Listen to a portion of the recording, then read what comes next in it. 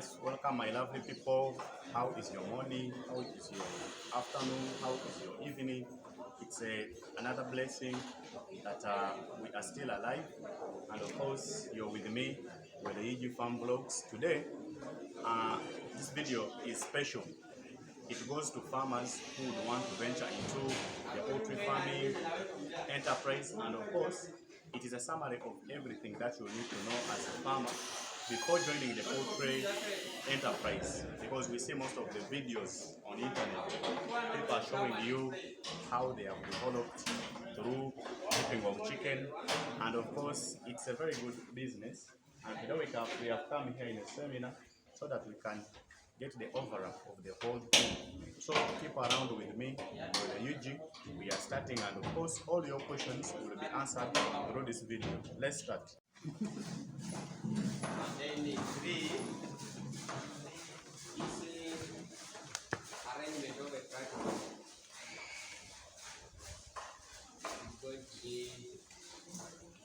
once till you are done with the ground. So try to pay attention. Have a recording book, have a pen, have a book. Note down what you feel and then leave out what you feel. That you go back and write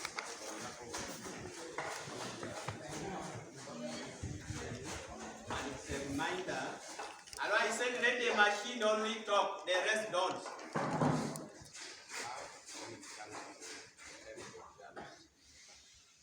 So take note of what is going to be discussed here. Look at the specimen closely. Listen to the explanation that I'm going to share with you.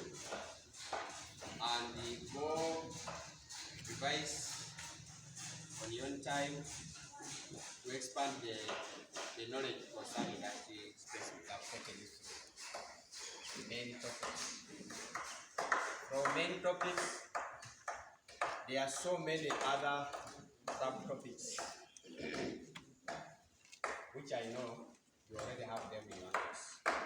But our main topic, we are capturing the practice on how to manage poultry and the business within that management. The first main topic, you started from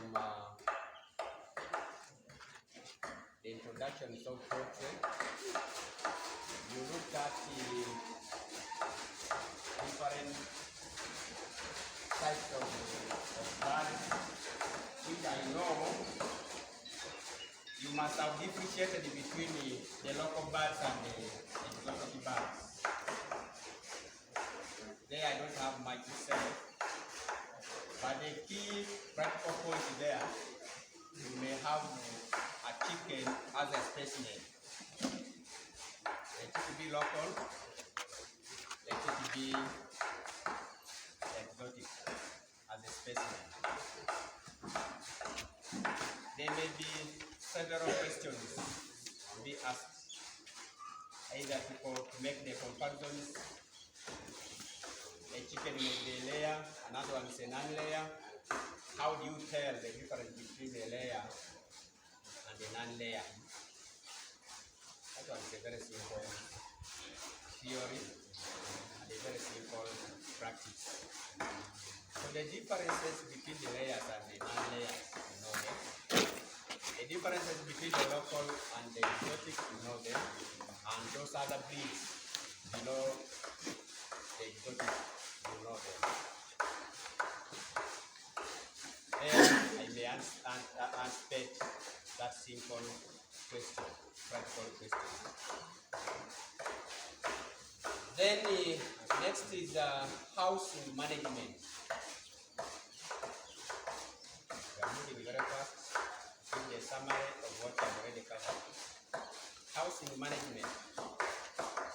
You may be given a house, a poultry house as a specimen. Poultry house as a specimen is one of the farm structures which is ideal ideal for birds. So when you are given a unit, poultry unit as a specimen, what are most likely questions to be asked? So you must have also had a lot of theories concerning the design of a poultry unit, the features of the poultry unit, and then the standard spacing of poultry unit. Supposing a unit is, you are given a task of designing, building a poultry unit of 1,000 birds.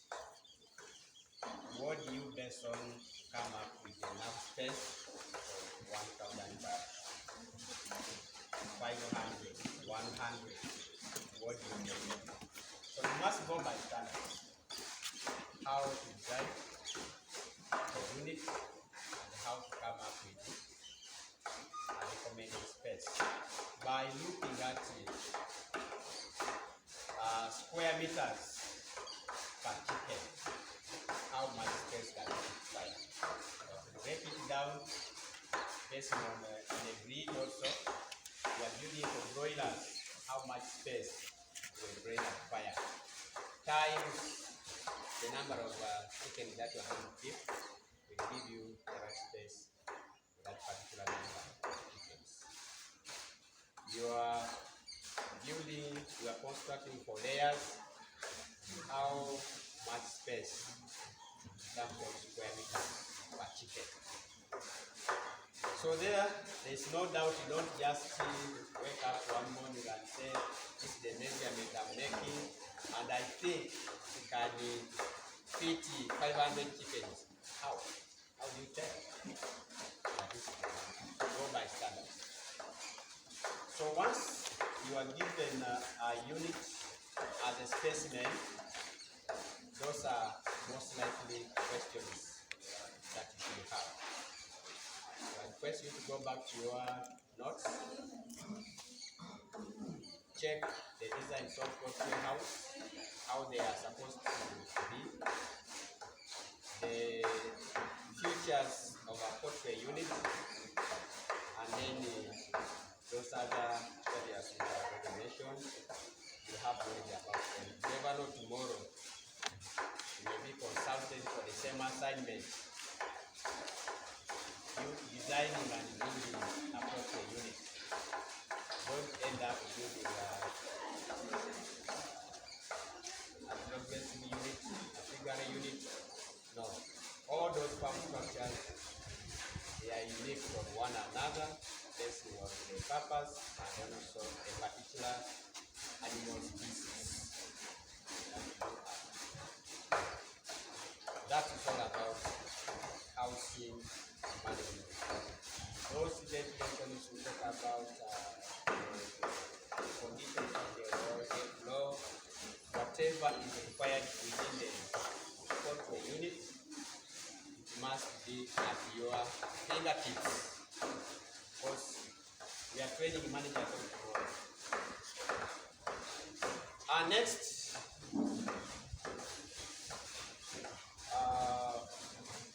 much as you are thinking of keeping the chickens or chicks, the story must begin from an egg. The story must begin from an egg. So you should also have the idea about the science of egg handling and egg management.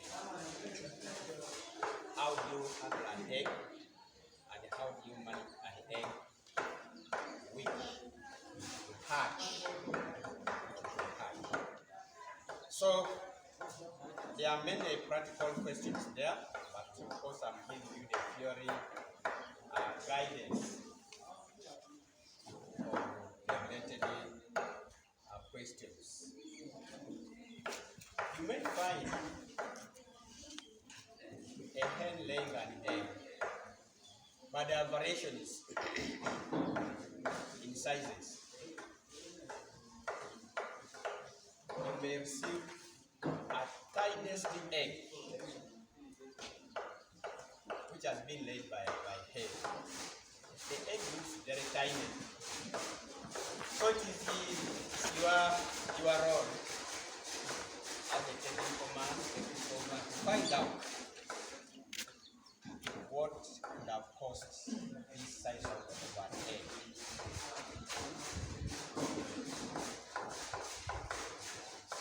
Like we say, we are human beings. There are people who are born very short. When you look at the size of a person, vis-a-vis the age, you may get attempted to ask the question, what went wrong? But she's a human being. She's a human being. Sometimes there are few here in the place or here in town. So, I've ever seen like 3, 4. They are there. Have you to know why? Then also, there are those who are also born very tiny. Very tiny.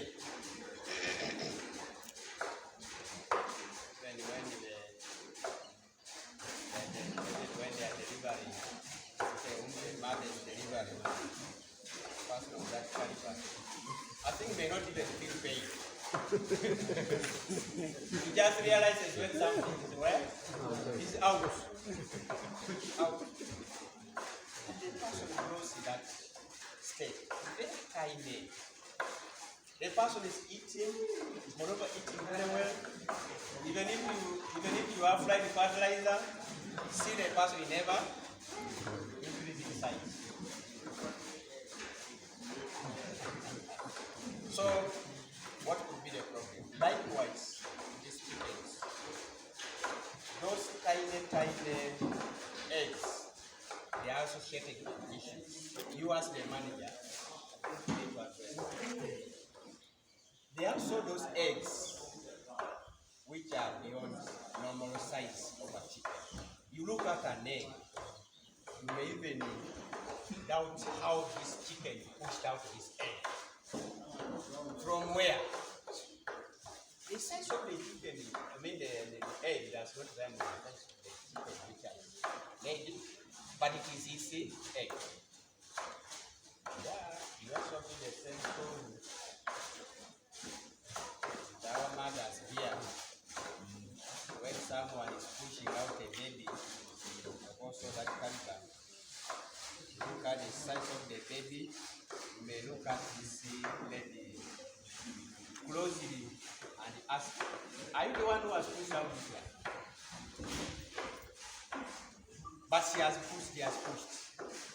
So, those are stories we can discuss. And don't just take it for granted. What brings those variations? That this hen laid the smallest egg and the other one laid the biggest egg. But there are normal sizes of eggs also. There are normal sizes. Those normal sizes you can tell. Because we are talking over the science of handling and management. Now, you may have received the normal egg, which you are keeping for hatching.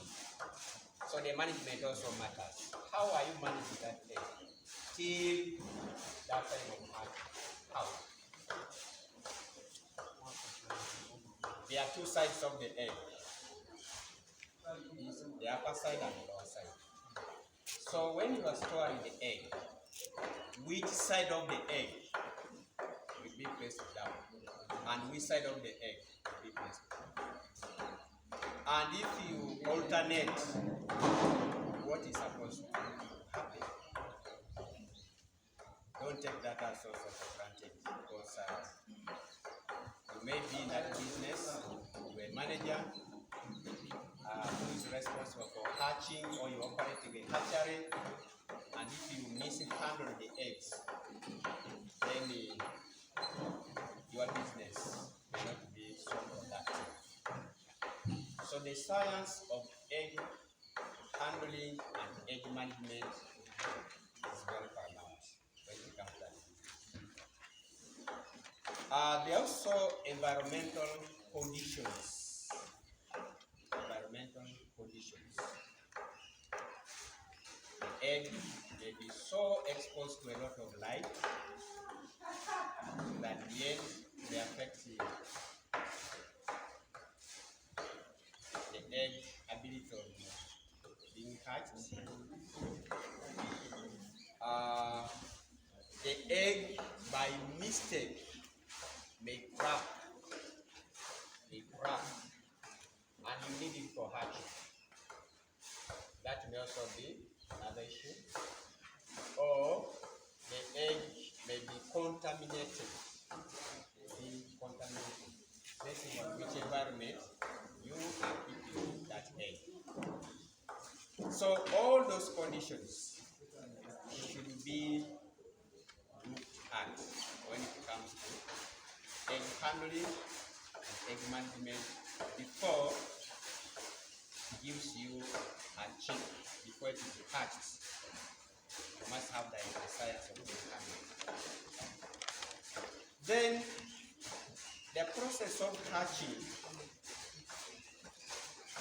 it also has its own procedures. From day one, I want you to understand what happens. You need to test the viability of the egg.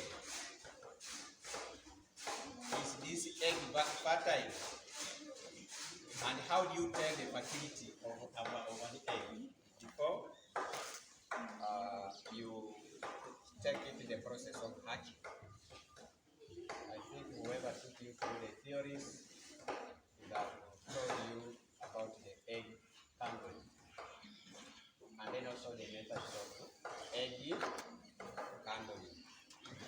You'll be able to tell that this is a fertilized egg and this is not fertilized egg before you begin monitoring the hatching process. Some of these stories we need to use our personal examples. That's somewhere we could go wrong. We have mothers who are full of science. They are not just mere mothers, but they are scientific mothers. She can tell that today I'm most likely to conceive. Today, I'm most likely to conceive. I'm talking to the scientific mother. She's able to tell, today once I mess, I will not survive. Imagine that zero science in that lady.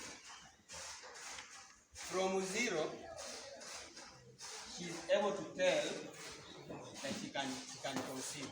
And indeed, once she messes, she will conceive. Then she's also able to monitor what is in her, the development of the fetus within her. Day one, what has happened? Week one, what are the changes? Month one, how is it? Up to the time it's part of the liver. She's not ignorant of what is happening. But then these days they are also simplified. Their use of machines. You go for scanning. Each time they tell you, another person will be the one telling you, this is now the level where you are. This is now the size of the egg. This is what is happening. But it's also better to use your personal science to tell what is in you, what you are carrying, than relying on it, some other information. So it's the same way we may also monitor the process of the egg embryo. You are aware that it takes 20 days. The 21st day, the chick must be out. So don't just place the egg there and you're only taken by surprise. Like, oh, today my hen is hatching, the eggs are hatching. No. Keep monitor. More so people who will in the future operate those hatcheries, those big hatcheries. You must have a lot of sight. What the mother hen does, because the mother hen has natural knowledge about what it must do with an egg before the egg hatches. You know, when it starts moving, sitting on the eggs, it is very conscious. It has the standard time management. When it comes out, for how long will it be out? It has to go back to the eggs, to warm the eggs. And when it is sitting on the eggs, it's not just a matter of sitting on the eggs. There will be a time when it will start turning the eggs using its wings. So you also be doing the same. That's why I was telling you that you need the knowledge of the mother hen, what the mother hen does. You also do it in the hatchery. Because you are now using the machine. The temperatures which are within the machine, it is you human being who should manage, regulate the temperature. And also, it has a timer that you will always switch on, or it may switch on automatically to turn the eggs, like what the mother hen would have done.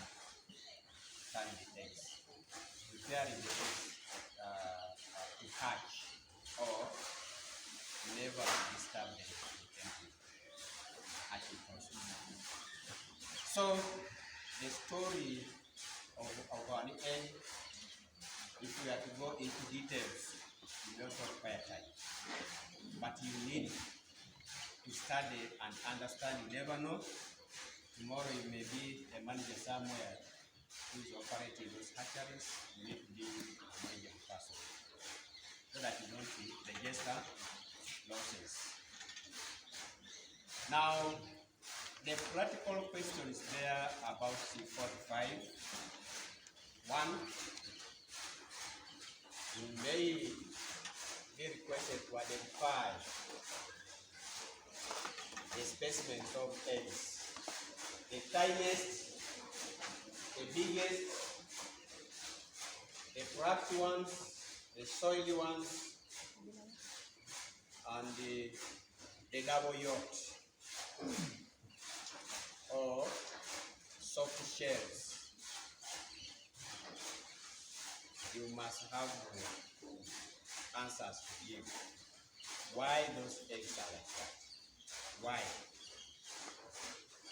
So back to your theory, I guess it's all over. You give the statements, you give the answers. Then two, you may have a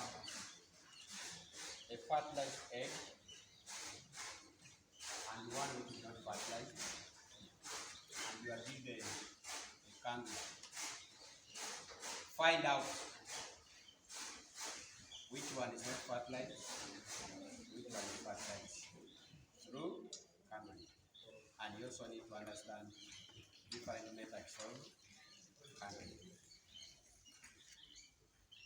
That is also another practice.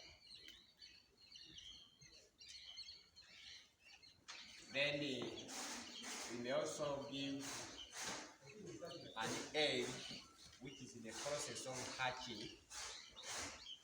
It may even be a sign of hatching. you are asked to take us through the hatching process from day one up to that day, of hatching.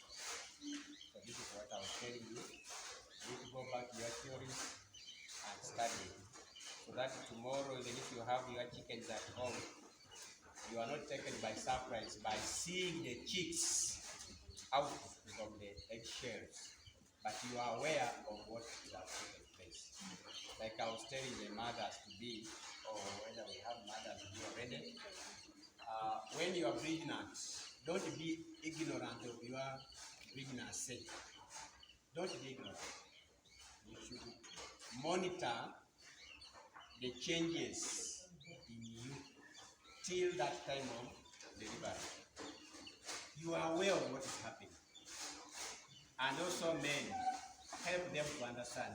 Let them make you to understand what they are going through. Because those changes sometimes, they may even bring unnecessary demand. Someone tells you that since I conceived, I'm now 1 month old, but I don't require anything else apart from chicken and chips.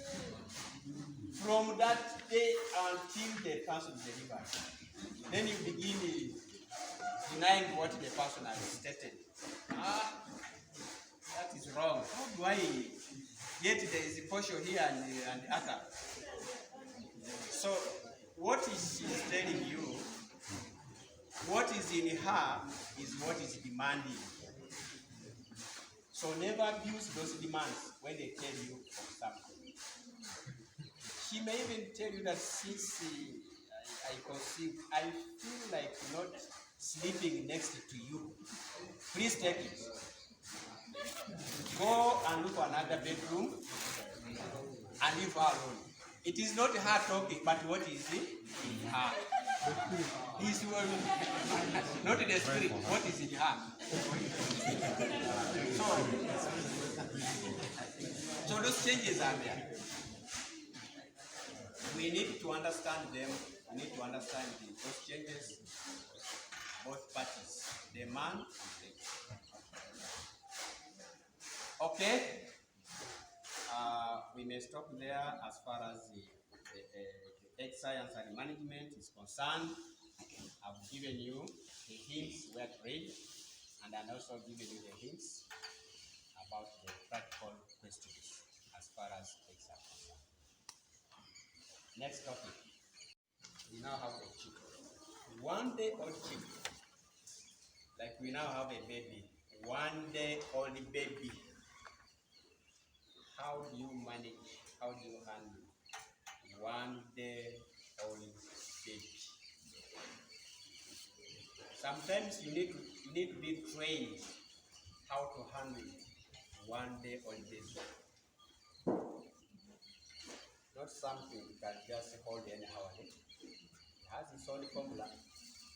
Hold anyhow, it may cause problems. So here we are having 1 day old chick from the eggs we have been talking about. So how do you prepare? There are 2 ways. They may be managed by the mother hen. You should know that we're the owners of the house, of this house are there. So whatever they are doing, we should not interfere with them. We are the problem to the owners. Okay? So we are looking at 1 day old chick. And I was saying that it can be managed by the mother hen naturally.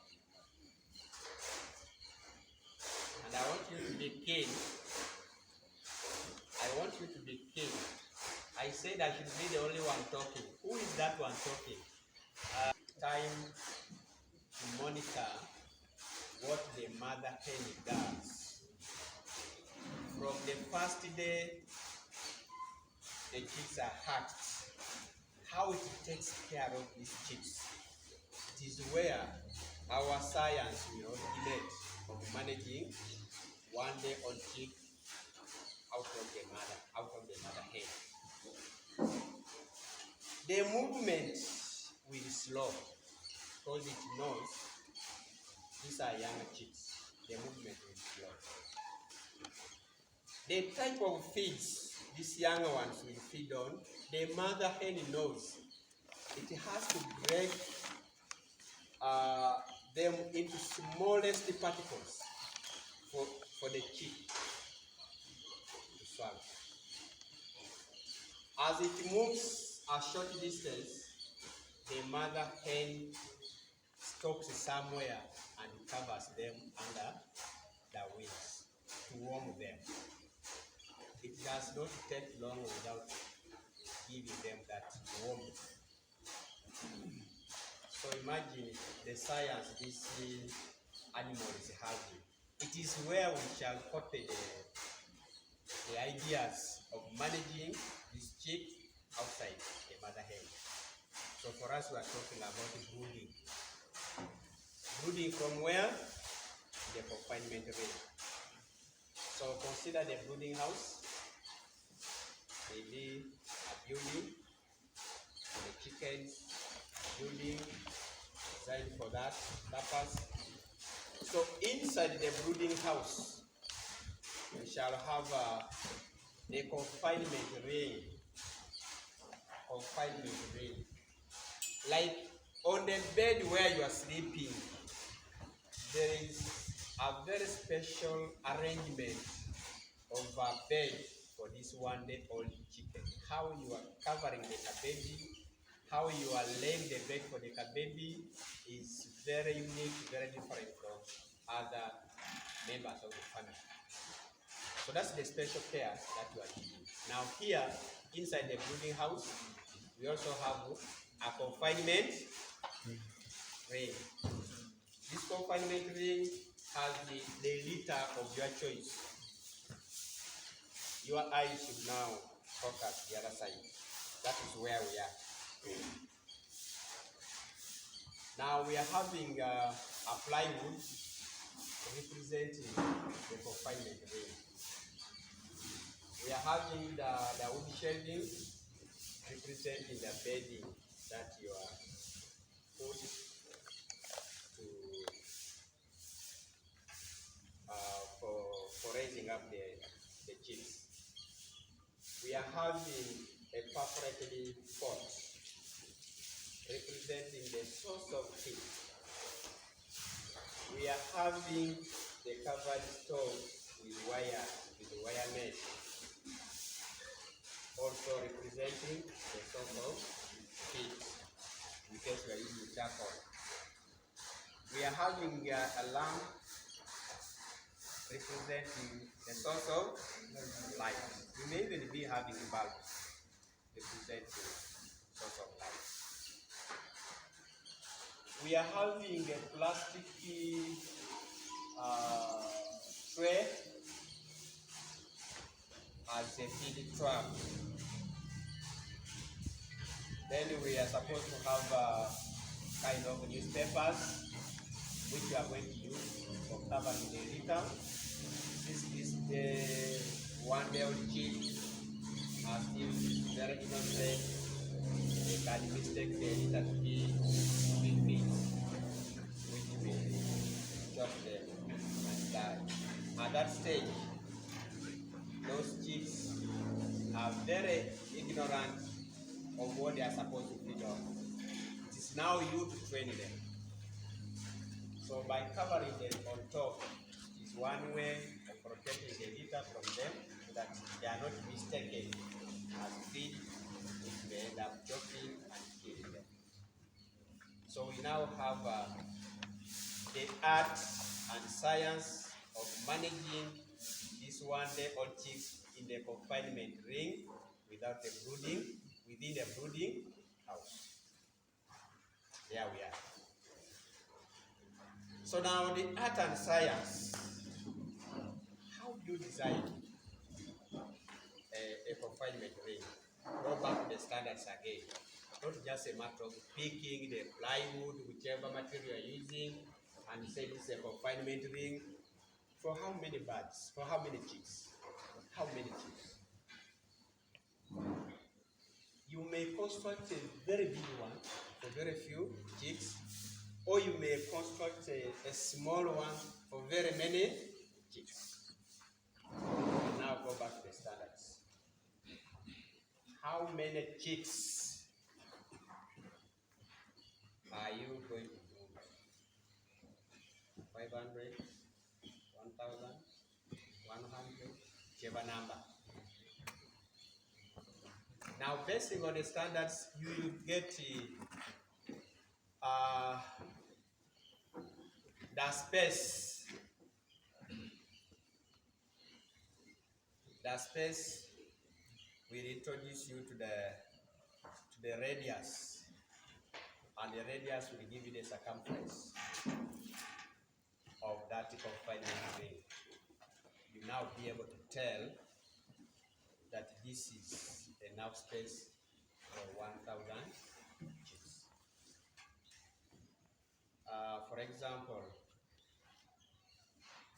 limitation here those days, because it's now history.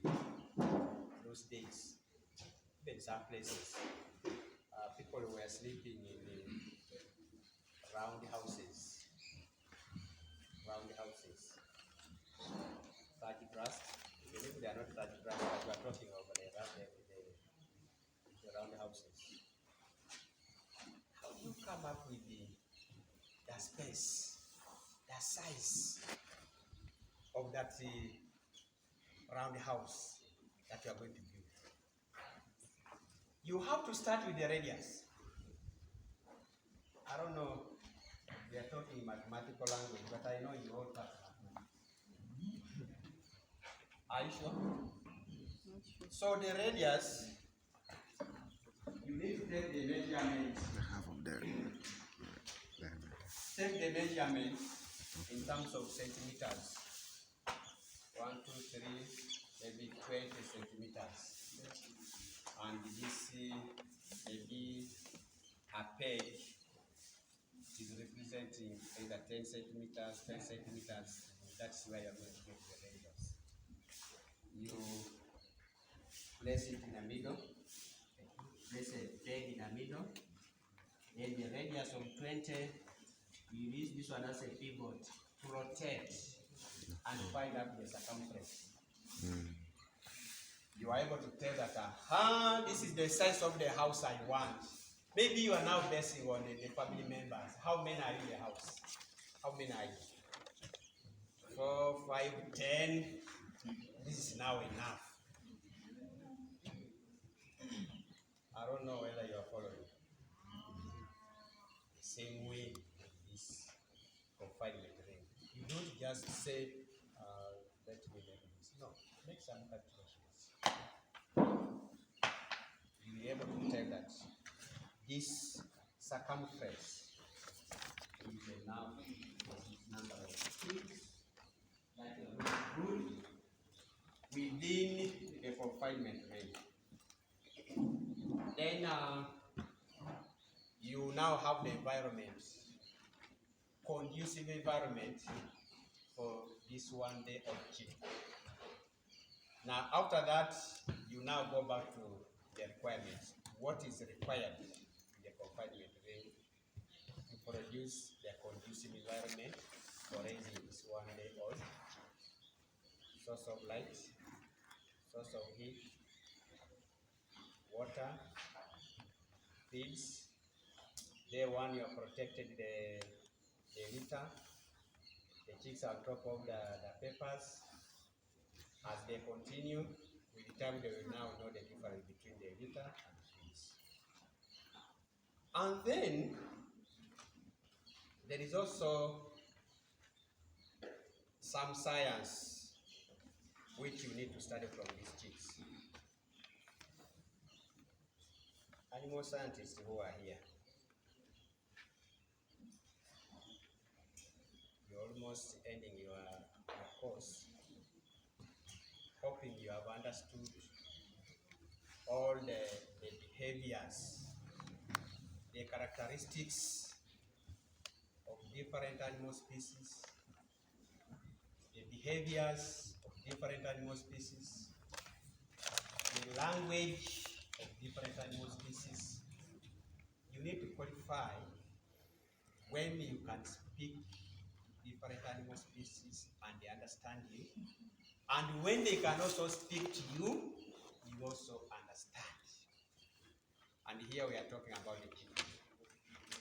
Do you understand the language of chickens? They are communicating to you. Can you also communicate to them? Yeah, traditionally, there are those farmers who have never gone to school, but they are practicing it outside there. There are those who talk to animals. Animals understand them.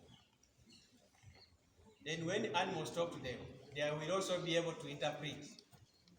So what I'm trying to say, there will be some sound these chicks will be making in a brooding, in a confinement range.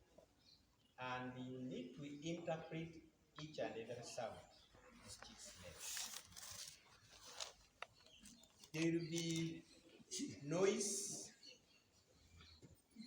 for good life in the environment of the confinement. There will be some sound for problems, different problems. It may be struggling to excrete and the dung gets stuck, like what babies do. Younger babies, 1 day, 2 days, 1 week. The baby tries to excrete. Maybe the colostrum has tied the stool. Do you know what the mothers do?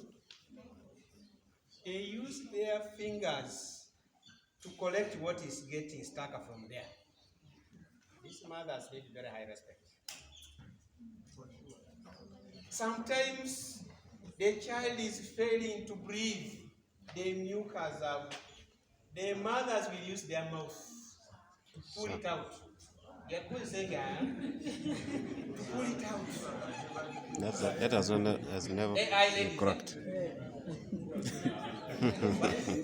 But I'm talking about the traditional mothers. Traditional mothers.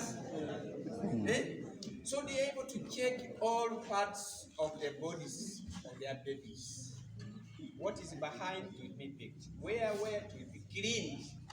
So those chicks will also communicate. When whatever the poop is stuck and it is communicating, you have to follow the sound of which chick is communicating that is bad luck. You pick it, then use anything, then remove that poop which is stuck. You are saving the life of that chick.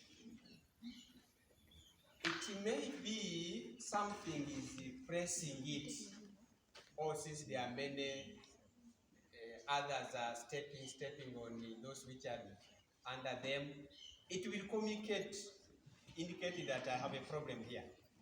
You have to go and identify that there's a problem.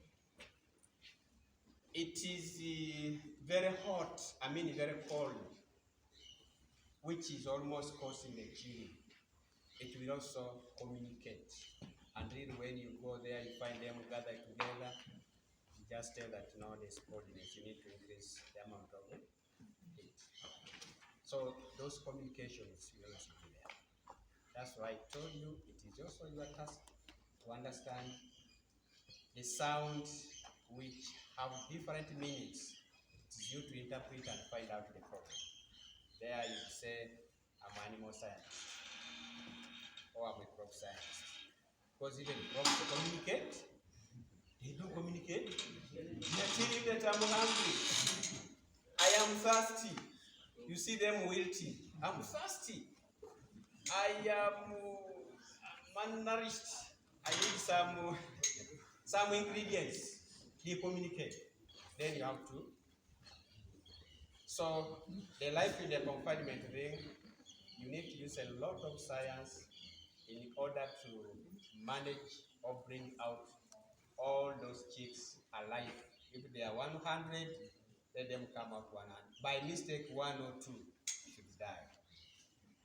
But if you do it with a lot of ignorance, you are going to register a very high rate of mortalities and that will affect your business. Okay, so the practical questions. Practical questions. You may have something like a plywood representing a confinement ring. The questions will follow. Some things like those other items, perforated pot, source of light, source of heat, whichever, liter, you should know that the questions are related to the confinement ring. And then other questions may follow how to manage procedures of managing one day on chip till time of coming out of the product. I think you have all that theory properly. There you are. That topic is covered. Next, I'm talking to wise men and women. Next is routine management. Routine management. So routine management is telling us what must we do from day one. You received these checks up to the last day of selling. What are you supposed to do for routine management? So routine management is not a new term to us. It is related to sanitation, it's related to our health. I can ask you, if you are to follow your routine management, what do you do as you wake up early in the morning up to late in the evening, going back again to the bed? Do you lay your bed as soon as you leave your bed? Do you wash do you sweep your room on a daily basis? Do you brush your teeth? How many after every meal? Do you bathe? Do you bathe every day? When are you expecting a visitor?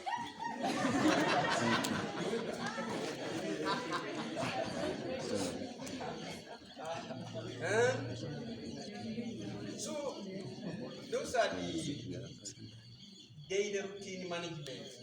How to manage your body. Yesterday I was talking to some students here, they were like, son, bathing, some of us we even postpone bathing. You can even bathe after 3-4 days.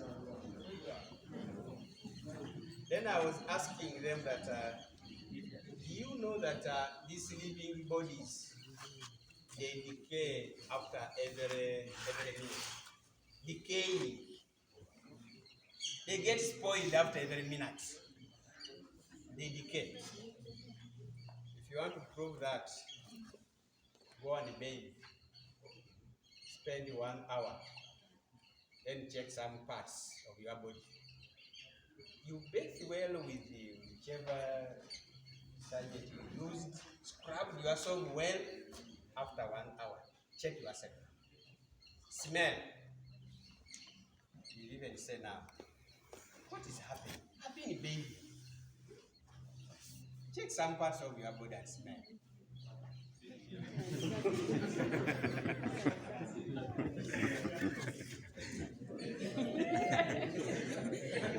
So, these living bodies, they keep decaying until the final day when you lose life and you decay forever. So whoever deceives himself or herself that can postpone the bathing after how many days, you are risking your body. You are risking your body to other diseases. Our time, those days are not for even in another generation. But our generation, you don't bathe, you are risking your life. We used to have what they call lice. There were lice in the head, in the hair, and there were lice in the clothes.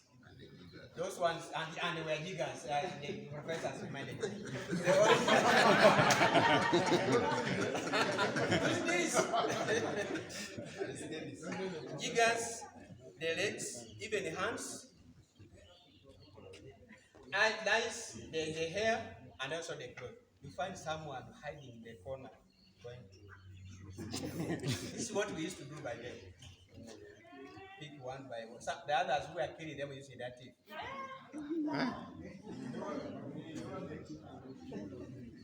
But of course, for you, if I ask you that what is the life, you have never seen them.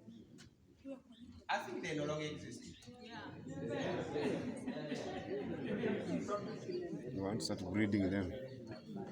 You people, have you ever seen a jigger? Have you ever seen a louse? So, those were parasites which were related to poor hygiene. Poor hygiene. So maybe the same story with our chickens. If you don't maintain, don't subject them to good sanitation, they are most likely to have parasites. And some of the parasites, they are the tiniest parasites called mites. Lolo. Very tiny. But if you happen to get to one like this, it will not know how big you are. It will disorganize you. You may not. You may ask for excuse and go away from there, hide somewhere to go and look for it. Very tiny parasite, but very powerful. So daily routine management is very paramount in poultry rearing and management. So what must you do on a daily basis? Sweep the room, that is general cleaning, wash the feed troughs, wash the water troughs, clean the wall. You can see there are some brushes here. Make sure there is the biosafety. Before you enter the poultry unit, there should be some disinfectant somewhere as a food bag. You have to step there before you enter. You're trying to keep the hygiene. Ensure that chickens get enough feeds and enough water. There are also standards. How much feed are you supposed to give these chickens? So the question may be, how do you tell that what you have given the chickens is enough, or more than enough, or less than enough? So you need to follow the standards. Like I would say, for us human beings, how do you tell that you have eaten enough food? By seeing the stomach of food. By seeing the stomach food, that's enough. Or do you base on appetite? When you can't breathe well. Excess.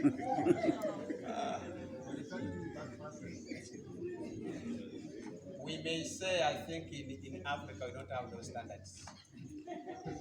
We mainly eat to satisfy the stomach. But in the developed countries, they eat to satisfy the body. So we shall look at that when we come to feeds. So I have a weighing scale here. When it comes to feeding the chicks under normal, the routine management, you have to weigh. But you weigh to get how many kilos. You need to understand how many grams are required, are needed for one chicken. The amount of feed you have to give one chicken. You should also base on the age group, the chicks, the growers, the big ones, layers, or broilers. You need to have those variations. So there are also standards. If you are looking at a hen, how many grams is it needed? You are looking at a broiler, how many grams? Times the number of birds that you are keeping will give you the total kilograms of feeds that you are supposed to give birds on a daily basis. Now, bring that feed trap. Bring that feed trap. Bring it here. You may decide to load the feeds in the other one. You may decide to load the feeds in one container, the automatic feed trap. You go and do all your own business. The whole day, what you have given the chicken is enough. So this is one of the examples of the automatic feed trap. But of course, this one is small when you are keeping very few. But if the chickens are many, you may have a number of these. So you load the feeds here, which you have already weighed. Maybe the total number of chickens you have 1,000. You have already taken the standard measures per gram, meaning per chicken takes how many grams times the number of chickens that you are keeping. Will give you the total kilograms. You weigh, get those total kilograms, and load the feeds. You can go and do other businesses. You are done with the feeding of that particular day. Likewise, water, the same. Bring that automatic drinker. You take back this one. Likewise, water is the same. You also have a tank.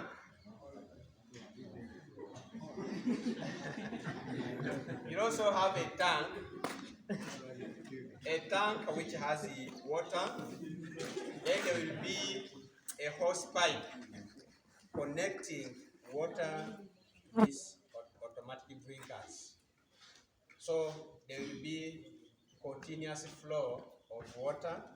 What the volume reduced from the water will be replaced immediately as they keep drinking the water, since there is a stable source of water. Throughout the day, chickens are not lacking water. They are not lacking feeds. Those are the standard management that you need to have for your animals. Next, feeding management. I talked of 1.5 hours, but we are in there. Feeding management now brings us back to the point which I mentioned earlier on, that when you are feeding, there are also standards in animals. Apart from we human beings who were born in Africa, we are too unfortunate. We just eat anyhowly to satisfy our stomachs. We don't mind about satisfying our bodies. Wake up early in the morning, or some cold portion, which can be escorted with cold water. So your target is to see that your stomach is what? And you are now sorted for lunch. It is now late in the evening, or you may have roasted the potato. Here in Teso we call it mukaro. Mukaro, if by chance there's some warm water, even if it doesn't have sugar. The intention is what? The stomach is what? You are sorted. In Africa, that one has no mistake. But of course, you are putting yourself at the risk of so many nutritional deficiencies. Tomorrow, you see people's immunity is very, very low, almost every week. Someone has tablets in his or her mouth. Swallowing. The tablets become part of food. Every month, you are visiting the health units.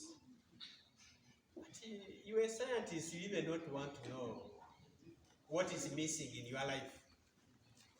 You are even about to qualify with a degree, but you have less knowledge about your life. So if you have less knowledge about your life, how will you manage the animals? The feeding management must start with you, and it will be easy to apply to the animals by understanding what are the necessary requirements as nutrients for your health, for your body. You need carbohydrates, and there is variations. Carbohydrates will be needed as you grow. You need the source of animal proteins. They are also in levels. As you grow old, you reduce the amount of animal protein intake. But we shall see when someone is saying, oh, he may be right to say to mention that.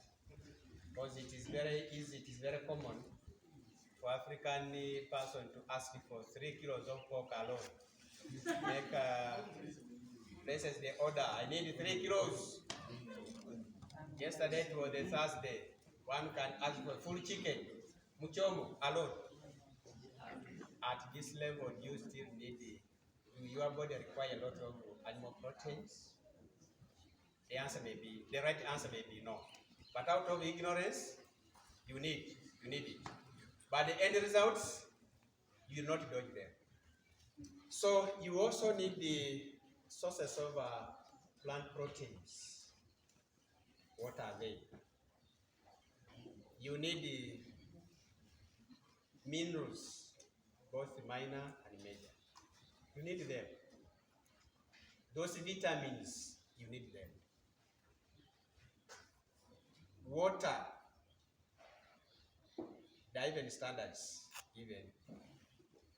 You need I think minimum of 3 liters of water on a daily basis. How many of us take 3 liters of water on a daily basis? But when you go to the reality, looking at the functions of water in our bodies, it is plenty.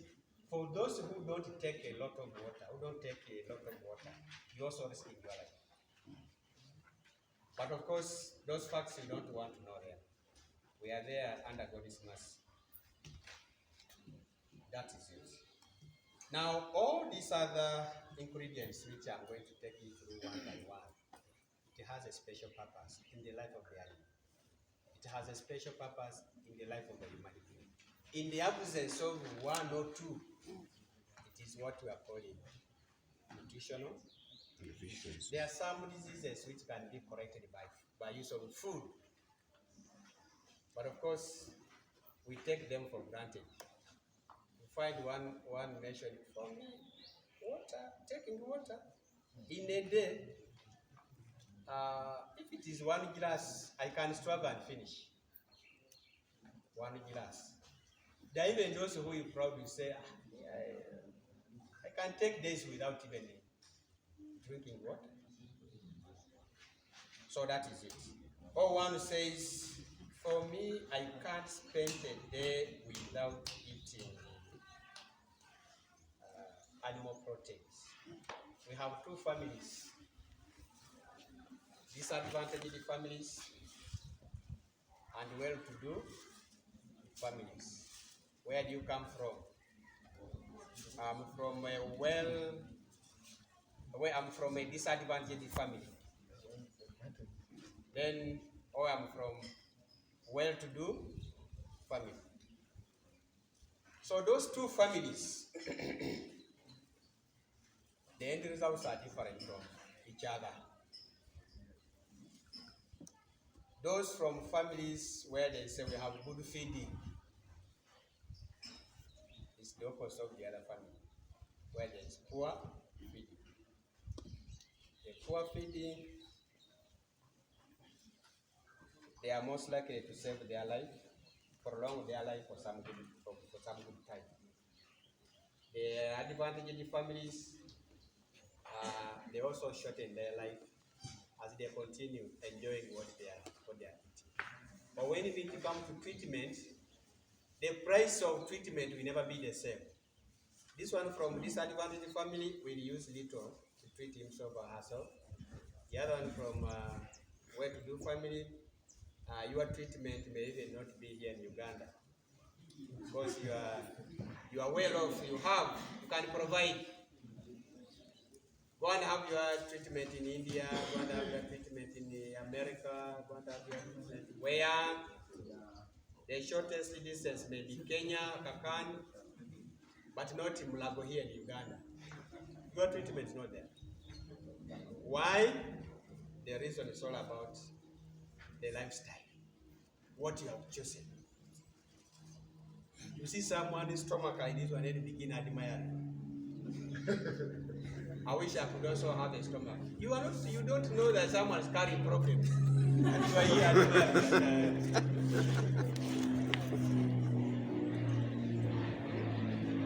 Okay, let me not divert you from the point. So we are here, remain where you are. I'm explaining the ingredients in front of you.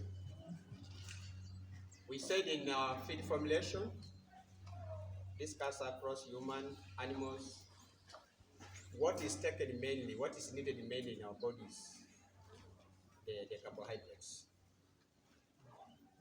And you need to know the functions of carbohydrates in our body. The main function is what?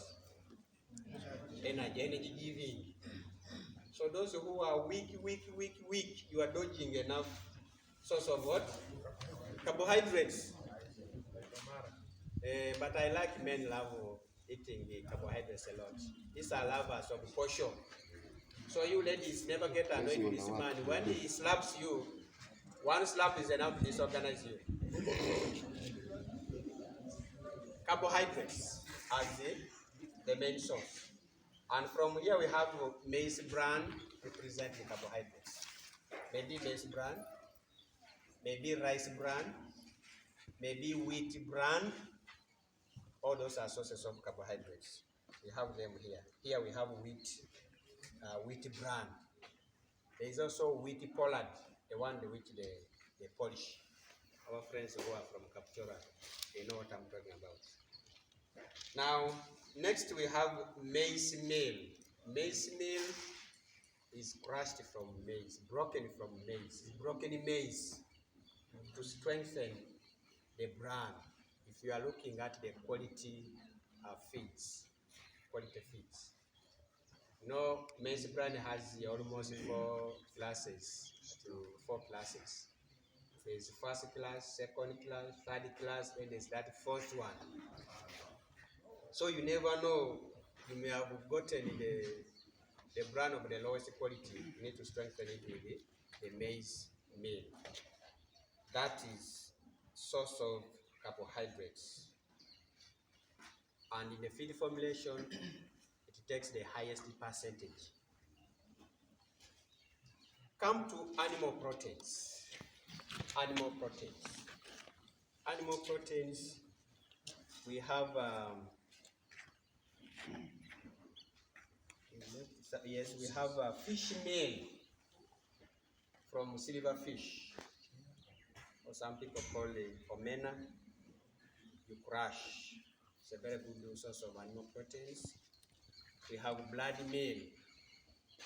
You should know how to process the blood, boil, dry, crush. It will be a good source of animal proteins. But have it in mind that there may be some contaminations, diseases.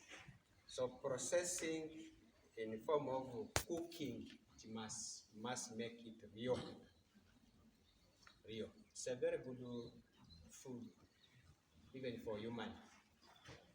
Some of you have never taken blood, but you find out from our friends who come from the United States of Karamoja. They know the value of blood. You know the value of blood. We have blood meal. Here we have the fish meal. I think those are the two common ingredients as source of animal proteins.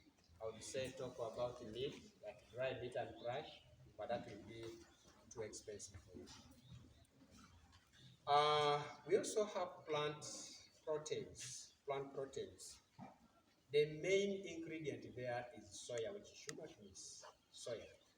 Soya meal.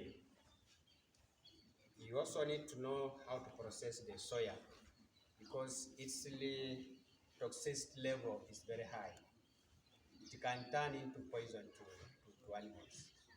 Don't just dry and crush.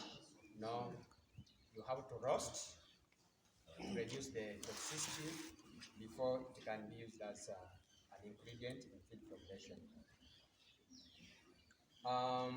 It has its own functions. When you go down to your notes, you will tell the functions of each and every ingredient that I've mentioned, the roles that they play in the life of animals.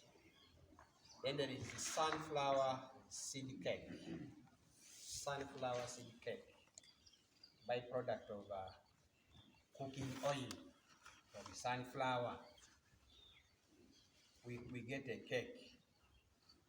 Previously, we used to have a machine here, which we are using for pressing, extracting oil. I think that will not bother to work there. Then we have the sunflower seed cake. Anyway, you see them with the time. Otherwise, bending may be my problem. We have seed cake. I mean the cotton seed cake. Cotton seed cake. They are here. It is also after extracting oil from the cotton. There's a cake. It has a very good source of fats. Those chickens which you are fattening, like the broilers, this is the source. Cattle that you are fattening, use this in feed formulation. They are these beef animals. You are aiming at kilos. Then from animal ingredients, animal proteins, I left out the maggots in the lab from these sodia black flies. Black sodia flies. They are here. We are keeping them around. So these are the new innovations. Some of you, when you look at maggots, maybe you get scared.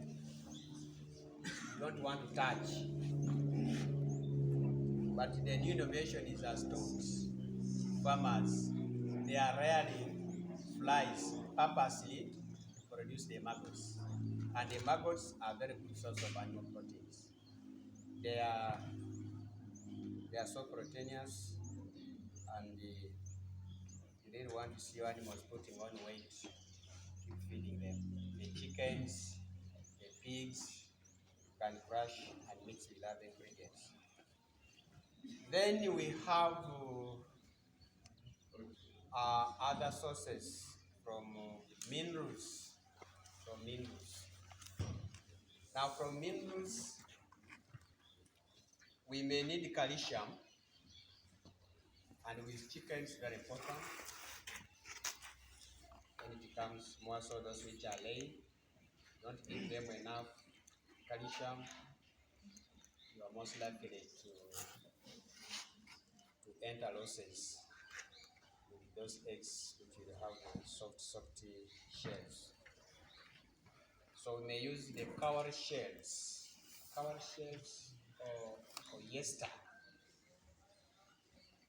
cowrie shells from snails or bone meal. The young people of abattoir collect the bones, burn, crush them, and get a meal from them. It's a very good source of calcium. Then we also have manufactured calcium, which can also boost up. Then we have salt. There's brown salt. Then there's that common salt. It is also required at its own proportion. Then we have the premix, like we were talking of the minerals. There are those which are minor and there are those which are major. So you need to combine and make sure they are all necessary. Now, after having all this, it brings you back to the standards of how much is required per individual ingredients. How much carbohydrates, how much animal proteins, how much plant proteins, minerals, vitamins, and other additives. You combine together and have well formulated feeds. You have to go by standards. You may be using the Python square. I think that one you had it in your theories to come up with the right formula of the right feed for the particular animal species, or also for the age group of the chicken. Then as you feed the chickens, you are addressing all whatever they required. What we mentioned that it is the target of feeding the body but not the stomach. You will have reduced most of those nutritional deficiencies and also reduce the cost of treatment. Then we have sand here.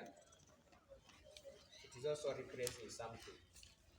You have ever seen chickens eating sand? They take sand. So why do they require sand? It is also for very special purpose. It goes direct to their gizzard. When you follow the reproductive system, the digestion system of the chicken, those greens they aid in breaking down the food particles which this chicken will have swallowed, like in their crop. From the crop, its purpose is to store, soften, then the greens will start crushing the final, the food which has been taken by the chicken until different nutrients will be extracted for this particular chicken. I know from your anatomy and physiology, you have gone through different animal systems.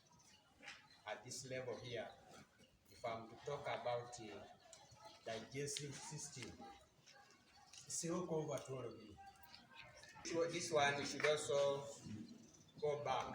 We are about to finalize the people of patient. You need to go back and study these systems one by one. Reproductive system in chicken. Study what happens from point one up to the last point. Digestive system of the chicken, how the process of the feed intake until it comes to the final product. Then we also have to look at the circulatory system. I would have allowed it to do that, but here facilitation is also a problem. I would have even had time to take you through postmortem. I have done several postmortem here to enable you understand the internal organs and how those internal organs can be affected. Like a chicken which has died of coccidiosis, how do you tell? Those which have died of, say, Ebola, how do you tell? All those areas. And next is management practices. This is the second last.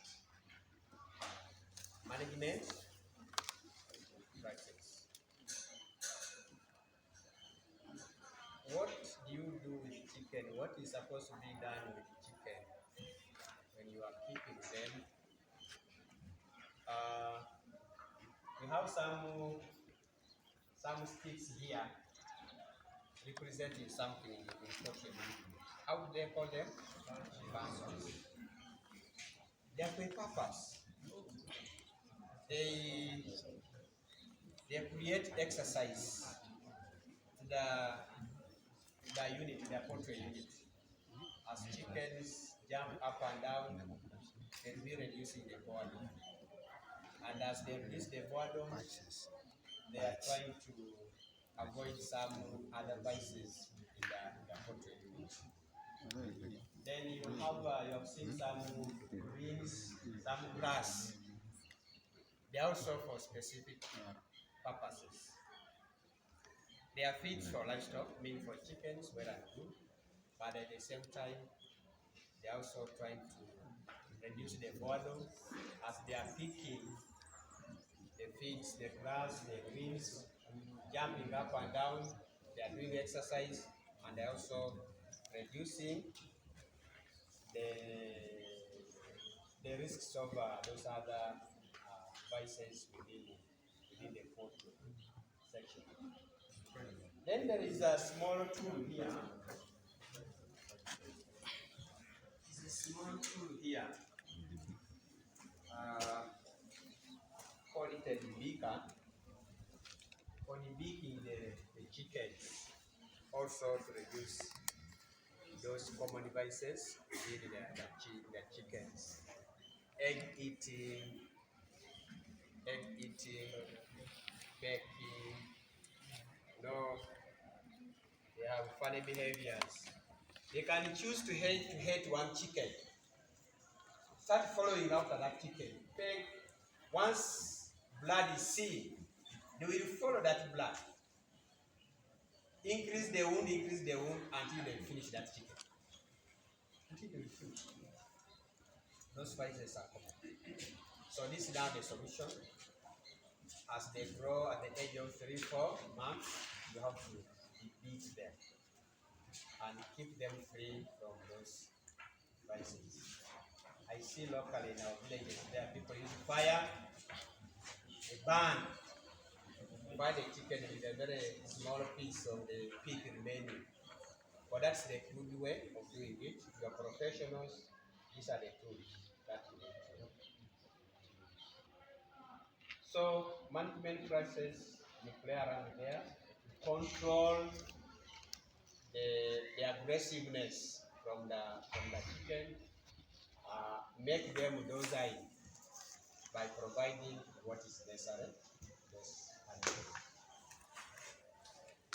Next is health management.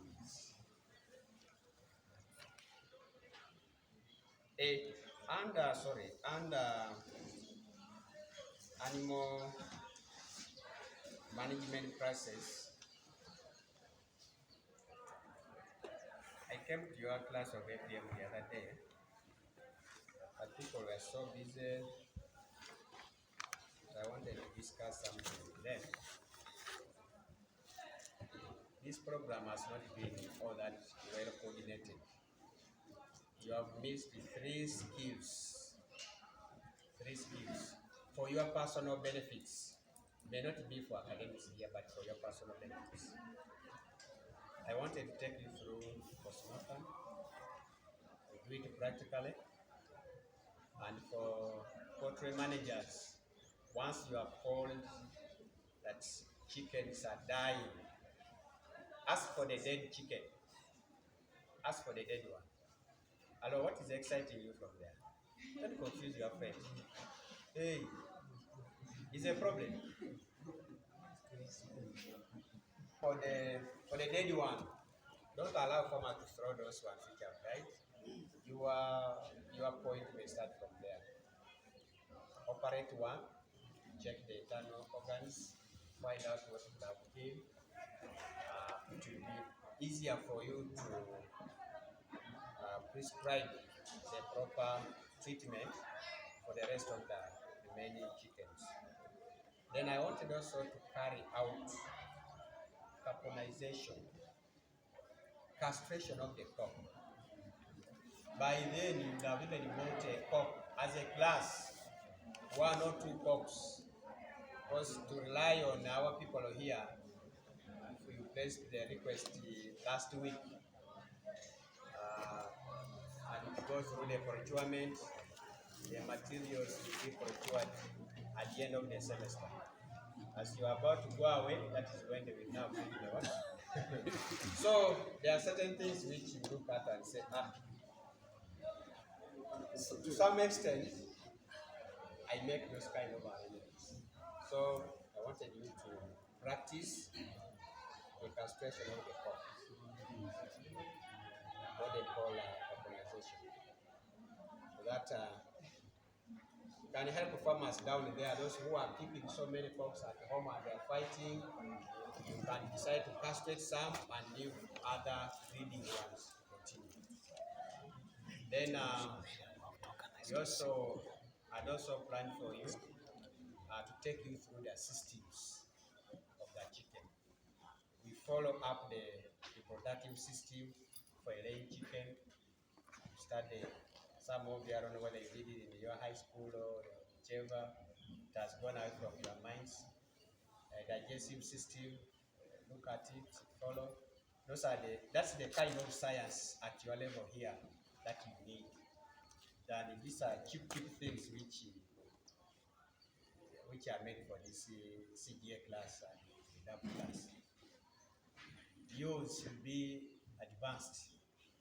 So those are the areas at the sort of, but of course, time has gone and knowledge is demanding. So I was introducing you to healthy management. Healthy management, there's also that section. Health management starts from, if you are the mother, it starts from the time you conceive. If you want to bring out the healthy child, the treatment starts from the beginner set. We are talking of feeding, but this time there is a treatment which most people dodge, but it's the main one. This treatment is called love. Love. Men who have impregnated your ladies, your women. Even if you have never showed her love, begin from there. Even if you are pretending, but let her feel that you are showing love. I want to stay with me in one house. Show love.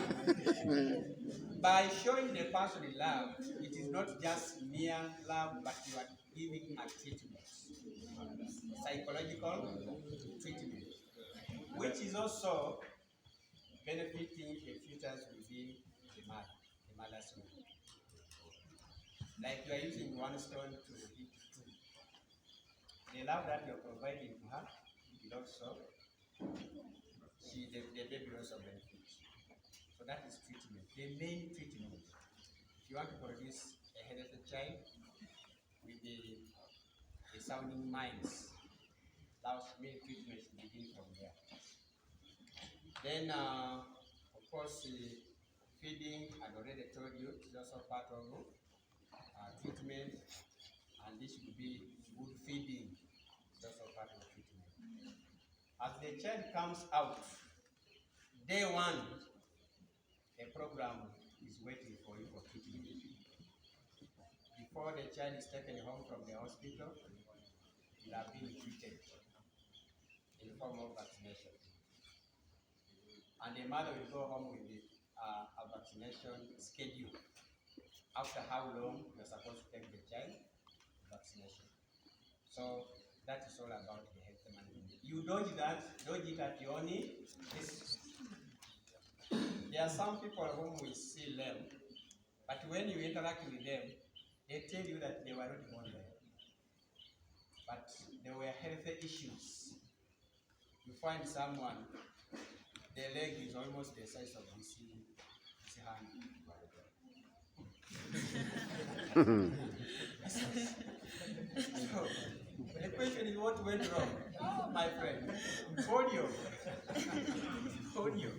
Not the problem. So that is it. So don't ignore that management program, health management program.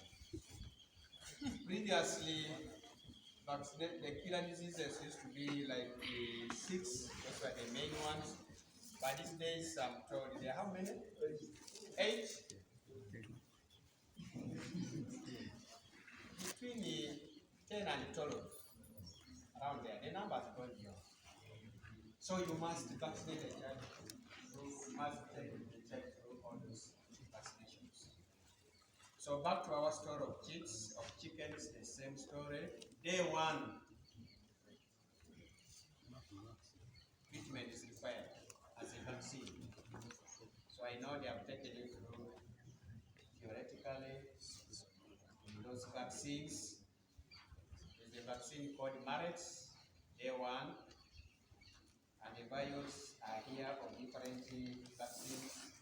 Imparted, there is a NCD, that is Newcastle disease, to be vaccinated, and those are killer diseases. In terms of here, they call it a choro. When you were growing up, if it is time for a choro, you are the happiest child in the home. You know, you are now assured of Muchomo. You are assured of Muchomo. Then we have Bumboro. Bumboro, those are another killer disease at the age of 1.5 months. Then we have IB, that's infectious bronchitis. See chickens having difficulties in breathing. Late in the night in your house, you hear funny sound like pussycats. Their respiratory system is affected. Their breathing is very difficult. Then we have four pox or chicken pox. I'm told there is also chicken pox for human beings. You find swellings everywhere, all over the body, and they are so painful. So how about the chicken? Then there is the fall typhoid. Typhoid, also another disease.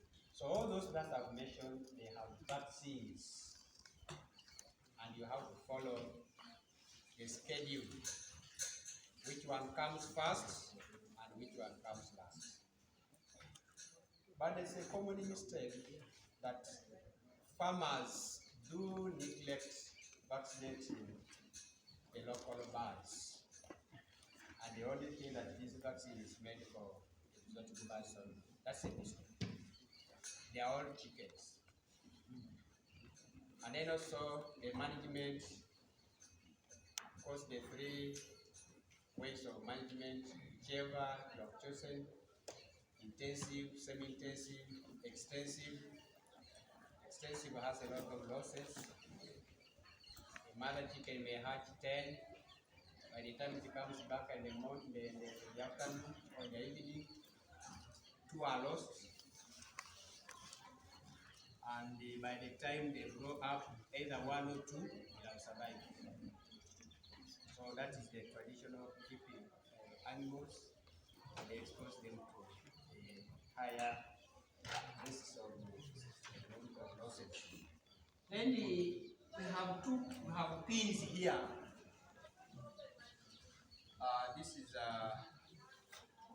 This is for smallpox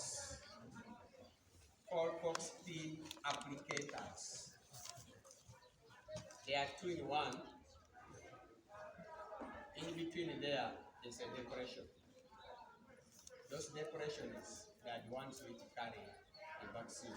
You only dip the pins to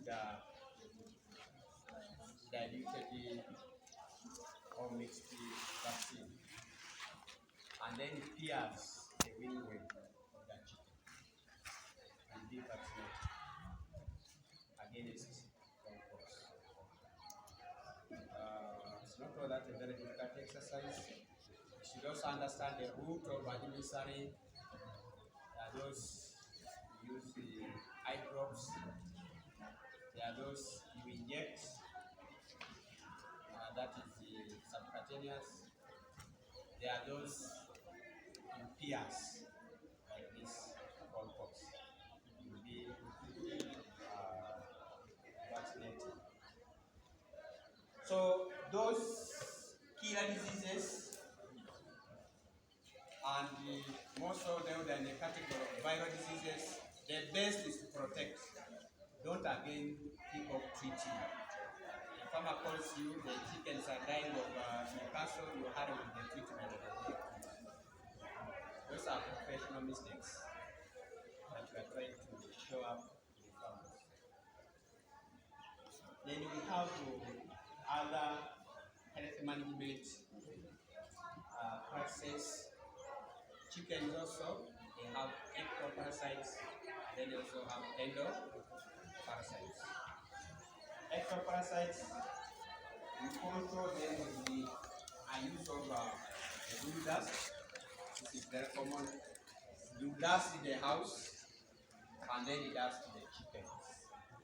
You'll be controlling a number of ectoparasites, the mites, the fleas, the ticks, you will control. But if you don't do that, then you are inviting the ectoparasites, which will cause losses, economic losses in the chickens. There is also endoparasite control through deworming. There are those who don't mind about deworming and chickens, but of course chickens have more worms than other animal species. With the ectoparasites and endoparasites, human beings share with animals. They share with animals. Those are still young a little bit. They still have more years. We are talking of endo and ectoparasites. They need to be controlled, to do deworming, to do spraying, to do dusting. Then they are other sanitation, management control. I talk about biosecurity. Biosecurity. Most of these farms, before entering access in the unit, you always get the food bag where you need to step there before you access the unit. And that is very important because there are some dosy materials, pathogens. You may not see them by your physical eyes, but someone may be carrying them over the shoes, something like that. So it's necessary to step carefully.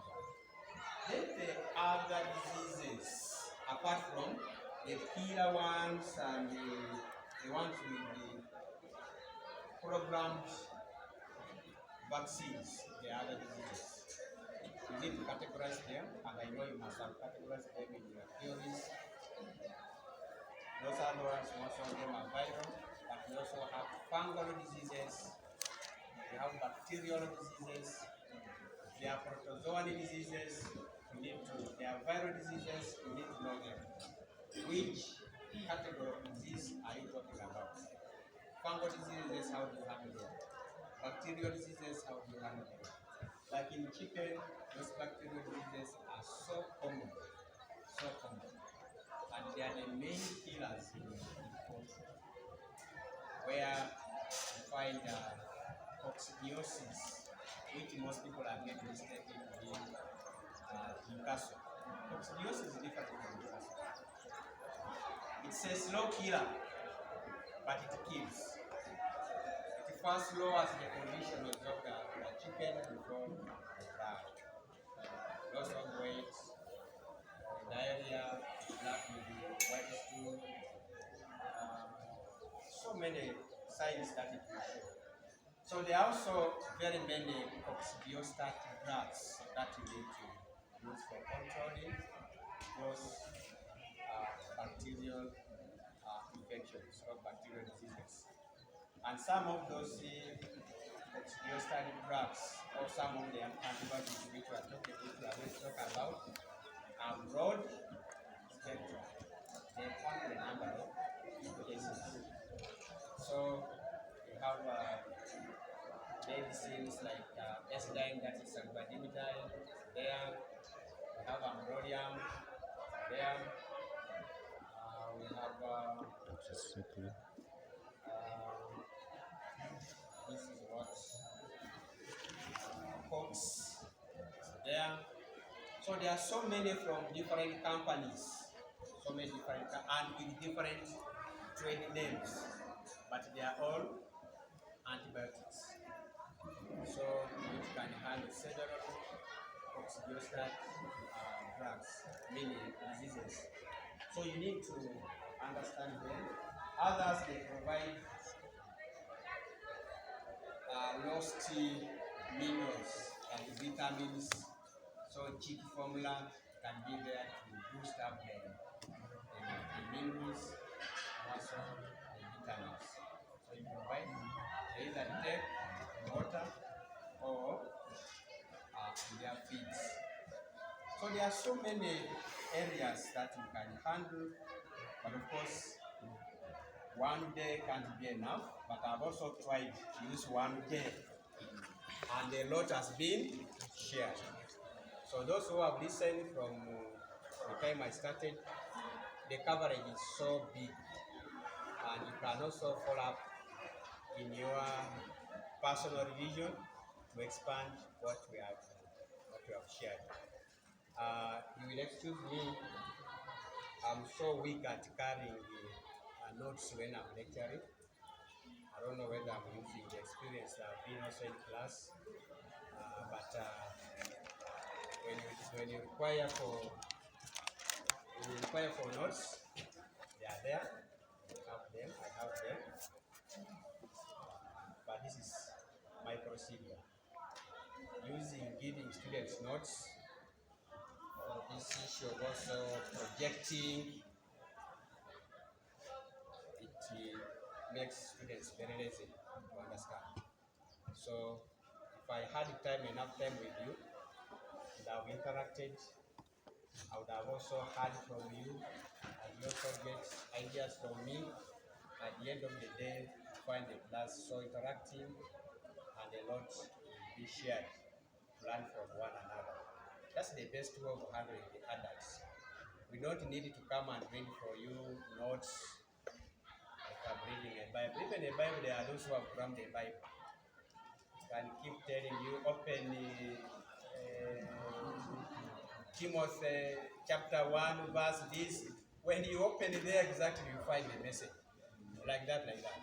So it is not good to promote drum work. It's not good to spoon feed. Like this practical knowledge, this is what you have been practicing. And I know I'm talking to fellow farmers who have been practicing chicken rearing. You have done it several times. And even those who have not done through this kind of sharing, you can go and know what to do. So, can you allow me to say stop there? And maybe if there are questions, you can have them. I'm having another team waiting for me, but I'm going to postpone because you are the second people who have handled. I'm not a machine. Even a machine can do what? He can rest. So we'll do faster, and give chance to. This one is it? Sunflower. So when it comes to exams, just have a look at them and answer. And there are people who will touch them, smell them, and even test them.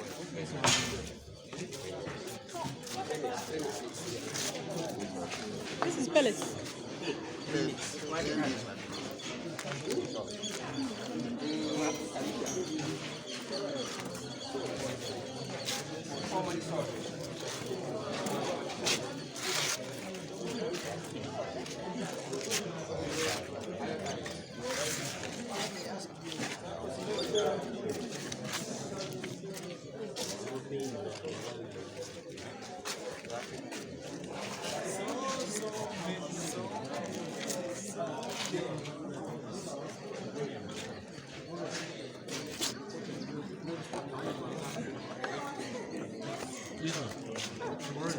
What does that best must be? This one is when you're going to You weigh. okay, be serious. Leave me alone.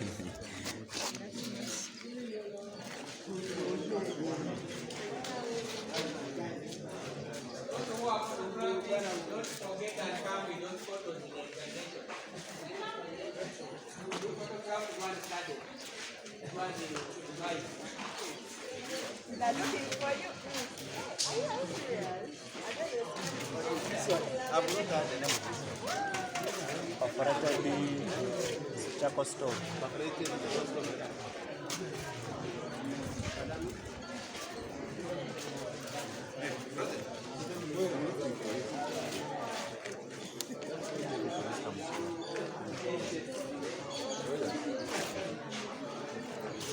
One do video. Yes, waweza kumaliriza.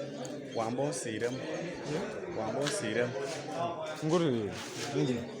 A few members that has been, if you find this video helpful, kindly hit the subscribe button, like the video, share with others, and farmers. Let's meet in another seminar. Love you. Nkunyewa. Ngobise. That's been the cameraman, Dr. Abad. Yes.